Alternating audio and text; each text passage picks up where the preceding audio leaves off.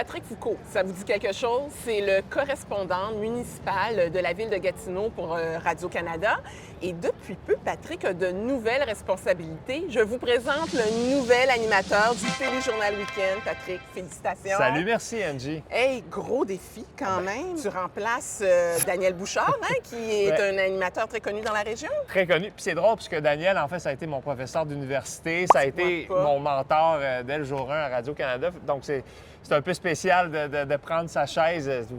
Ça sera pas... je serai jamais capable d'être comme Daniel, mais j'espère pouvoir apporter quand même un ton chaleureux puis pouvoir avoir une émission qui est le plus près possible des gens. Bien, justement, à quoi doivent s'attendre les téléspectateurs? Bien, en fait, j'espère qu'ils vont pouvoir s'identifier à chaque contenu qu'on va leur présenter. J'espère qu'ils vont pouvoir réaliser que le téléjournal, bien, c'est une émission qui leur parle, qui est une émission chaleureuse, qui est une émission un peu comme si on rentrait chez eux.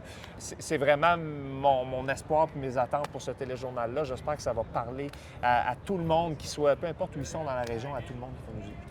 Bien, Patrick, je te félicite encore une fois. Bien hâte de te voir à la fin du mois d'août. Merci, Angie. Merci.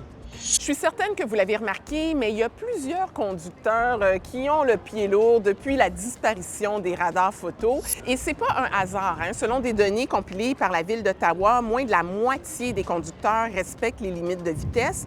Avant le retrait des radars, sachez que le taux de respect était supérieur à 85 %. C'est pour ça qu'il y en a plusieurs au conseil municipal qui demandent le retour des radars photo, comme vous pouvez le constater. Obviously, it would be great if we can go back. They've done that in Alberta. They've re-implemented automated speed enforcement. Et en terminant, la météo sera peut-être pas au rendez-vous cette fin de semaine, mais sachez que les piscines et les plages municipales du côté de Gatineau vont ouvrir leurs portes dès demain.